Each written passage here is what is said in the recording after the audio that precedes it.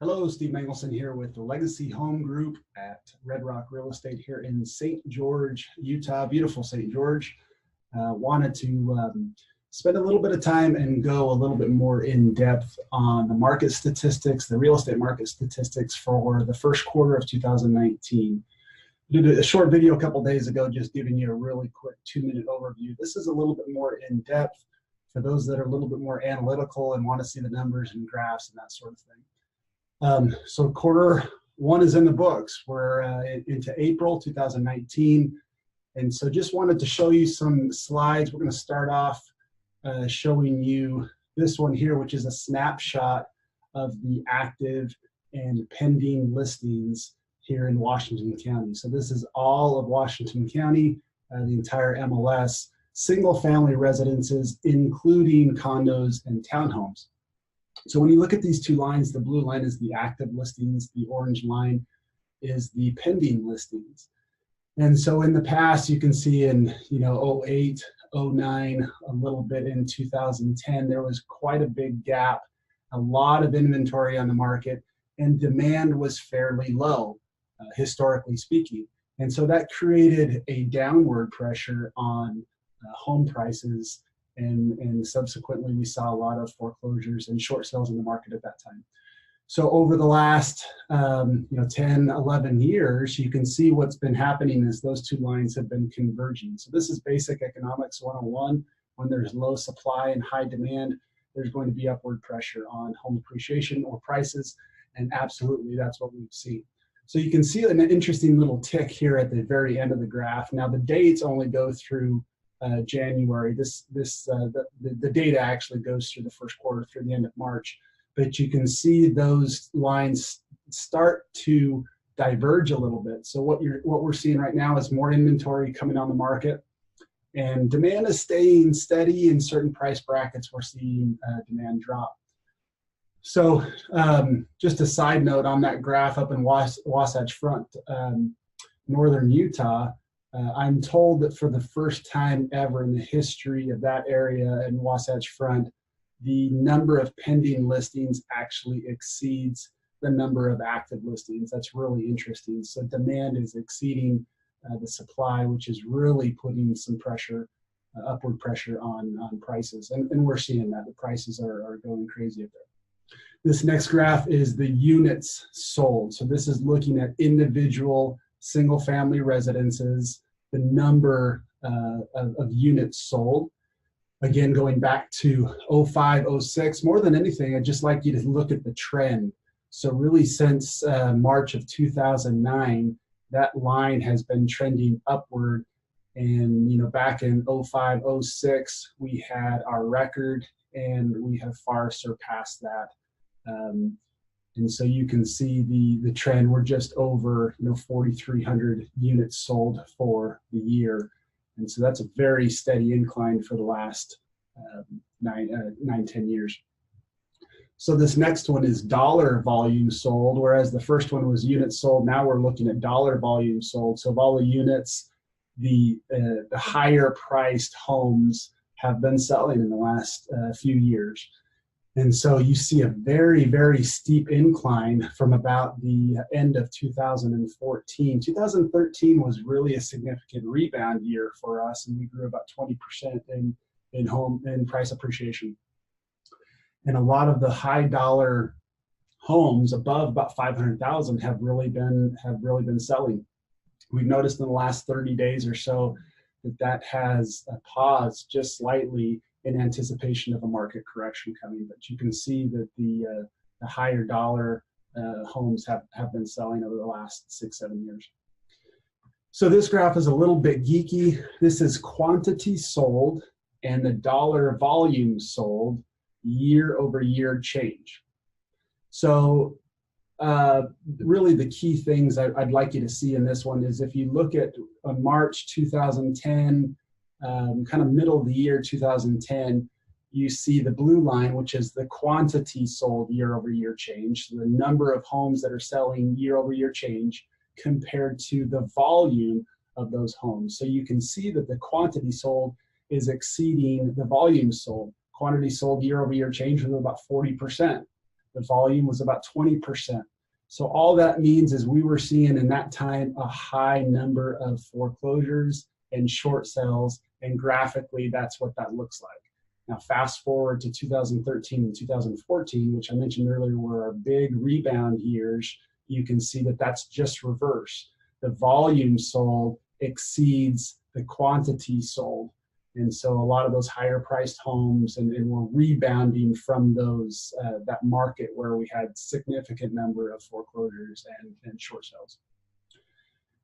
So this one is the total units listed versus the total units sold in the past 12 months. So the blue line, we're looking at the total listed, and the orange, we're looking at the total sold. So what's really important here is to look at where the lines start to converge and where they start to diverge. This is really fascinating to keep track of this graph because it kind of foretells what's going to happen 6 to 8 months in the future based on data. So if you look at 2008, 2009, you have the biggest gap where total listed and total sold have diverged. There's the biggest gap there. And so what that means is you have a significant number of homes that are coming on the market and very few percentage-wise are selling. And so that's creating an environment where 6 to 8 months down the road, that's going to see downward pressure on sales prices. And that's exactly what happened in 9, 10, and 11. We saw prices fall drastically. So this is a great leading indicator graph as to what is going to potentially happen 6 to 8 months down the road. Now you can see in 13, what's starting to happen is those lines are now starting to converge again. So they're kind of forecasting what's going to happen with prices in the future, and that's exactly what happened. We saw fewer homes coming on the market and more selling. Look at that orange line since about 2000 and early part of 2013, that steep curve, and fewer homes coming on the market. And so that's going to have a lot of upward pressure on prices, which is what we've absolutely seen. This next one is kind of a funky looking graph. It's your sales price compared to your list price, the ratio. So this is very significant for sellers and for buyers when looking at what is on the average, what percentage is a seller getting on their original list price. Now, original list price is very important compared to their adjusted list price after taking price reductions. This is looking at their original list price. So right now where we're at is on the average about 96% of original list price is what the seller is getting on their home. That's pretty strong. This next one is your average days on market. You'll see it says CDOM, which is your cumulative days on market, taking into consideration any prior listings. Maybe you had a listing that canceled or expired and then was relisted. That there's actually two numbers. The days on market resets and starts at 0, but there's a cumulative days on market that picks up the marketing time from the previous listing. So your cumulative days on market, your average right now is 60 days. Now take into consideration that about 30 of those 60 days is escrow time, the time that it's actually in escrow if there's a loan to get that loan closed. So really there's about 30 days on the average of marketing time for that listing. So this is probably, in my opinion, the most important graph of all of these. This is looking at your annual median sales price. This is not your average. This is your middle, your median sales price.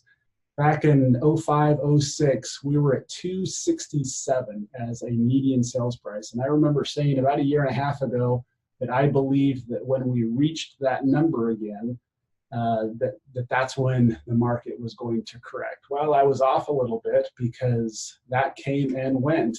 You can see back in about the latter part of 2017, we hit that number, and now our median sales price is $310 for Washington County. Now, is that good or bad? It just is. That's where we're at. We've continued to increase, and I personally believe that there's a market correction that's due, and it's about here. So your year-over-year change in median sales price, this is really significant. You look at back in 2013, which I mentioned was our rebound year, we increased 20%. What goes out must come down. What goes down, it will come up. Compare that to November of 2009, where we went down 20%. So from 2009 to 2013, about 4 years, we recouped all of that loss that we experienced in that downtime. And then since March of 2015, really we've been consistently increasing at 6, 7, 8, 9, 10. Last year was 11% change in median sales price, and we continue to rise. But really from 2013 to 2019, that's 6 years. Real estate cycles are traditionally 5 to 6 years. So we're due for a market correction. Absorption rate is defined as if no other homes came on the market today, how long would it take to absorb or sell off the current inventory that we have at its current rate? And right now we're sitting about 3 months, about 3.8 months of absorption rate. So a buyer's market is defined by 6 months or more homes, 6 months or more of absorption rate of homes on the market, and a seller's market is defined by 6 months or less. At right around 4 months, keep track of that, because as we continue to increase, that's really the leading indicator that will define a buyer's market over a seller's market. These graphs are just bar graphs that tell the same story as the first couple that we looked at. These are just the actual numbers. So units sold about 4,306 in 2018, and then the volume sold was 1.5 million. And then your median sales price again is 310, and that was an increase of 11%. So here's some key takeaways. Here's kind of a summary. I believe there's 5 things that we can take out of this little presentation. Number one, demand is still high. Our sweet spot in Washington County is 200 to 350,000. That's where there's significant demand. Any listing that's coming on the market in that price range is sold pretty quick. Anything above right about 450 or so, we've experienced a slowdown. Things aren't selling quite as fast. We're not getting as many showings on listings in that price range. Number two, look at micro markets. To say that when we look at the news or CNN or Fox and they talk about real estate, that's like saying that the temperature in the United States is 70 degrees. We have to look at St. George. Then we have to look at specific subdivisions in St. George. And oftentimes we have to look at specific streets in that subdivision, because the market can change drastically from street to street, subdivision to subdivision. So really look at micro markets. Number three, interest rates. We are on borrowed time. So what's interesting is at the end of the year, fourth quarter 2018, we ended up right around 4.7 in interest rates. And the Fed came out and said that they were going to raise interest rates 3 times in 2019. Well, January came and went, February came and went, and the Fed came back out in March and said, hey, we're not going to raise interest rates.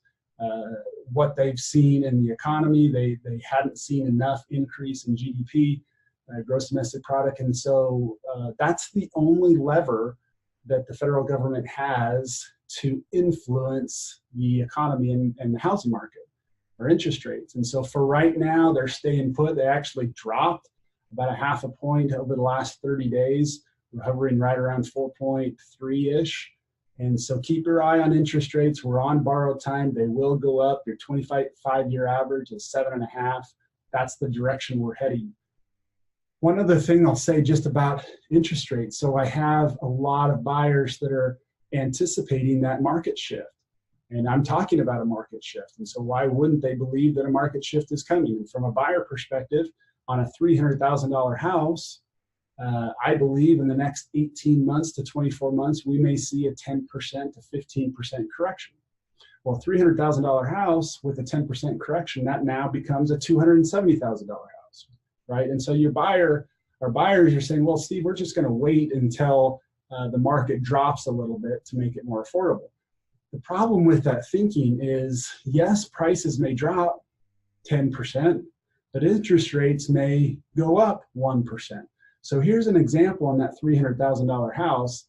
$300,000 house at 4.5% interest, just principal and interest, is about $1,216. So $1,216 on a $300,000 house at 4.5% interest. Now, prices fall. Take a $270,000 house at 5.5% interest. Your principal and interest is $1,226. So it's actually $10 more a month to have that decrease in purchase price, but that increase 1 percentage point in interest rate. So the savings that you'll get in the purchase price falling will be negated by your interest rates going up. Just something to keep in mind. Number 4, we are not in a bubble. This is not a bubble. It's time for a correction. We may see a little bit of a correction, like I said, about 10 to 12% in the next 18 to 24 months. Number 5, a buyer's market is 6 months or more of inventory. A seller's market is 6 months or less in inventory. We're currently right around 3.75, 3.8. So keep your eye on that, because that'll kind of anticipate the shift that's coming. Hopefully this was helpful for those that lasted. Congratulations. If you have any questions or want to discuss some of these things that I mentioned, you can call me 435-313-7164. That's 435-313-7164. Again, Steve Mangelson with the Legacy Home Group at Red Rock Real Estate in St. George. Have a great day.